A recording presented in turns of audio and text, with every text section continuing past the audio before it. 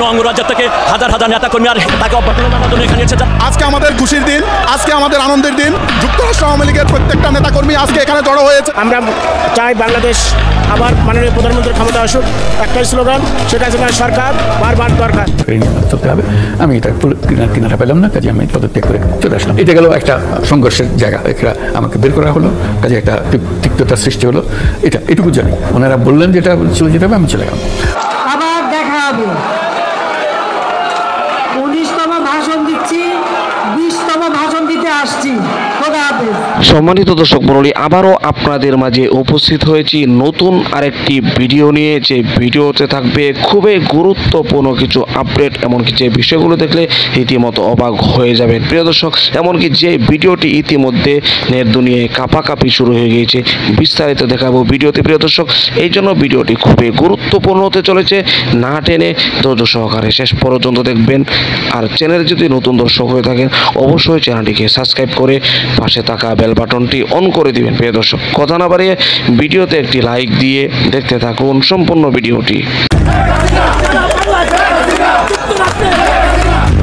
যুক্তরাষ্ট্রের বিভিন্ন অঙ্গরাজ্য থেকে হাজার হাজার নেতাকর্মী আর তাকে অভ্যর্থনার জন্য এখানে এসেছে। আজকে আমাদের খুশির দিন, আজকে আমাদের আনন্দের দিন। যুক্তরাষ্ট্র আওয়ামী লীগের প্রত্যেকটা নেতাকর্মী আজকে এখানে জড়ো হয়েছে। আমরা চাই বাংলাদেশ আবার মাননীয় প্রধানমন্ত্রীর ক্ষমতা আসুক। একটাই স্লোগান, সেটা হচ্ছে সরকার বারবার দরকার। এবার জাতিসংঘের ৭৯তম অধিবেশনে যোগ দিতে দিল্লি থেকে নিউ ইয়র্কে পৌঁছেছেন প্রধানমন্ত্রী শেখ হাসিনা। দীর্ঘ ১ মাস ভারতে অবস্থান শেষে জাতিসংঘের বিশেষ নির্দেশে যুক্তরাষ্ট্রে পৌঁছালেন প্রধানমন্ত্রী শেখ হাসিনা। গত ৫ই আগস্ট বৈষম্যবিরোধী ছাত্র আন্দোলনের মুখে গণভবন থেকে বিশেষ হেলিকপ্টারে ভারতে পালিয়ে যান। দীর্ঘ ১ মাস ভারতের দিল্লিতে অবস্থান শেষে নিউ ইয়র্কে পৌঁছেছেন প্রধানমন্ত্রী। তাকে বরণ করার জন্য নিউ ইয়র্কের জন এফ কেনেডি বিমানবন্দরে লাখো জনতা ভিড় করে।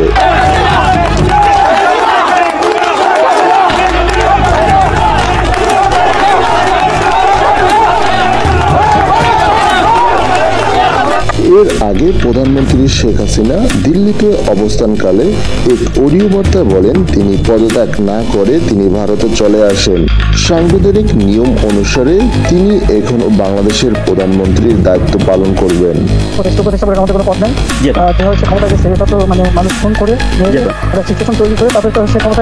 প্রধানমন্ত্রী পদত্যাগ না করায় জাতিসংঘের কড়া বার্তা দিল অন্তর্বর্তীকালীন সরকারকে। সাংবিধানিক নিয়ম অনুসারেই জাতিসংঘের ৭৯তম অধিবেশনে ভাষণ দেবেন প্রধানমন্ত্রী শেখ হাসিনা। সাধারণ পরিষদের এবারের সভায় যোগ দিতে নিউ ইয়র্কের লিবার্টি আন্তর্জাতিক বিমানবন্দরে পৌঁছান। এ সময় সেখানে সমবেত নেতাকর্মী ও প্রবাসী বাংলাদেশিরা তাকে স্বাগত জানায়। জাতিসংঘে প্রধানমন্ত্রী ১৯৩টি দেশের সরকার ও রাষ্ট্রপ্রধানদের সঙ্গে দর্শক কিছুক্ষণ আগে জাতিসংঘে পৌঁছেছেন সাবেক প্রধানমন্ত্রী শেখ হাসিনা। বাংলাদেশে তার একটি কল রেকর্ড কিন্তু ভাইরাল হয়েছে। তিনি কিন্তু বলেছেন তিনি এখনো পদত্যাগ পত্রে সই করেননি বা তার পদত্যাগ পত্র কেউ দেখাতে পারবেন না। তো এই কথা কেন্দ্র করে কিন্তু জাতিসংঘে এই পর্যন্ত এখন পর্যন্ত সারা বিশ্ব কেঁপে উঠেছে। তো জাতিসংঘের যে একটি প্রেস কনফারেন্স সেখানে কিন্তু যুক্ত হয়েছেন শেখ হাসিনা। তো দর্শক আমরা সেখান থেকে কিন্তু লাইভে রয়েছি। শেখ হাসিনাকে কিন্তু আওয়ামী লীগের যে নেতাকর্মীরা রয়েছেন যুক্তরাষ্ট্রের নিউ ইয়র্কে, সেখানে তো সবাই কিন্তু তাকে বরণ করে নিয়েছে। আবার দেখা হবে। 19তম ভাষণ দিচ্ছি, 20তম ভাষণ দিতে আসছি। খোদা হাফেজ। আর একটা কথা বলে যাই যাওয়ার আগে, একটু বসেন, আমি এখনই বিদায় নেব। আসলে আমার নিজেরও একটু ইনফ্লুয়েঞ্জাতে ভুগছি, কাজে একটু অসুবিধা হচ্ছে। তারপর আমি আরেকটা কথা বলে যাই, একটা কাজ আপনাদের করতে হবে, সেই অনুরোধটা আমি দিয়ে যাচ্ছি। একটু বসেন। আপনারা প্রত্যেকেই এক একটা এলাকায় বসবাস করেন। অনেকেই এখানে আপনাদের যার যার স্ব অঞ্চলে এলাকায়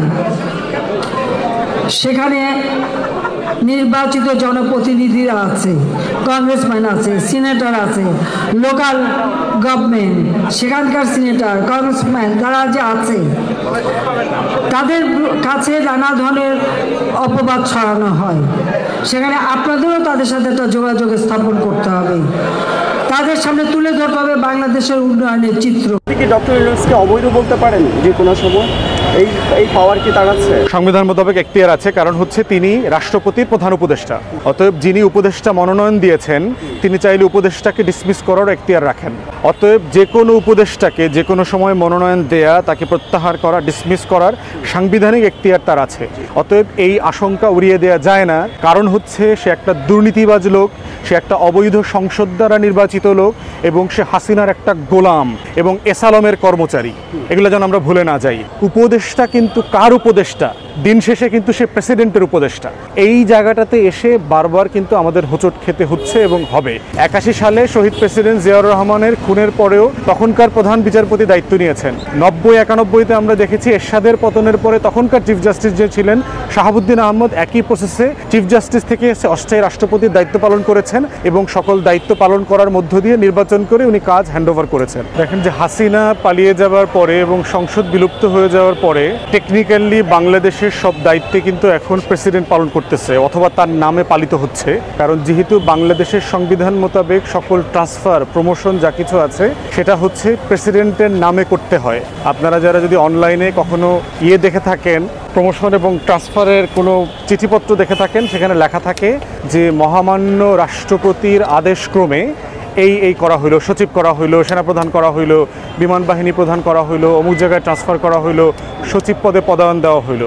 এবং টেকনিক্যালি হচ্ছে বাংলাদেশের আর্মড ফোর্সেসের অফিসিয়াল কমান্ডার ইন চিফ প্রধান হচ্ছে বাংলাদেশের রাষ্ট্রপতি। তো এই জন্য আমরা শুরু থেকে বলেছি 5 তারিখের পর থেকে যে বাংলাদেশে যে নতুন পরিবর্তনটা হয়েছে এই পরিবর্তনকে দীর্ঘমেয়াদী করতে হইলে, এই পরিবর্তনকে বাস্তববাদী রূপান্তরের দিকে নিতে চাইলে শুধুমাত্র এই সরকারের গঠন প্রক্রিয়াতে হাত দিলে হবে না, শুধুমাত্র তত্ত্বাবধায়ক সরকারের উপদেষ্টা কারা হচ্ছে সেটা দেখলে চলবে না, বরং যার নামে এই পরিবর্তনগুলো পালিত হবে তাকে পরিবর্তন করতে হবে। প্রিয় দর্শক, আশা করি সম্পূর্ণ ভিডিওটি দেখলেন। ভিডিও দেখে অবশ্যই বুঝতে পেরেছেন বাংলাদেশের বর্তমান পরিস্থিতি, যে পরিস্থিতি ভালো হওয়ার কথা ছিল সাবেক প্রধানমন্ত্রী শেখ হাসিনা ক্ষমতা থেকে নামার পর, অর্থাৎ পদত্যাগপত্র জমা দিয়ে সে ভারতে চলে যাওয়ার পর থেকে বাংলাদেশের পরিস্থিতি আরও খারাপ হয়েছে। ডক্টর ইউনূস অন্তর্বর্তীকালীন সরকার দেশ নিয়ন্ত্রণ করতে পারছে না, এমনকি অনেক বদনাম ইতিমধ্যে ছড়িয়ে গিয়েছে ডক্টর ইউনূস এমনকি অন্য সমন্বয়ক উপদেষ্টাদের বিরুদ্ধে। প্রিয় দর্শক, আপনারা দেখেছেন যেই শেখ হাসিনা বাংলাদেশে ঢুকতে পারবে না, এমনকি আমেরিকা যুক্তরাষ্ট্রে তাকে কোনো সময় অভ্যর্থনা জানাবে না, তাকে সেই অনুমতি তাকে দিবে না যাওয়ার জন্য। আর সে আমেরিকা যুক্তরাষ্ট্রের জাতিসংঘের অধিবেশনে প্রধানমন্ত্রী ভাষণ দেওয়ার সুযোগ পর্যন্ত পেয়ে গিয়েছেন। তাহলে বাংলাদেশে ঢোকার সুযোগ পেতে আর বেশি সময় হয়তো লাগবে না।